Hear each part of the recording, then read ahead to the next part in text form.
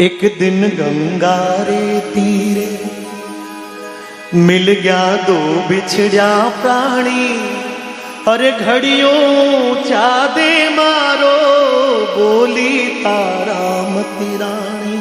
सुनिएगा दोस्तों, सेंधी सी बोली सुनने संभलो सतवादी दानी।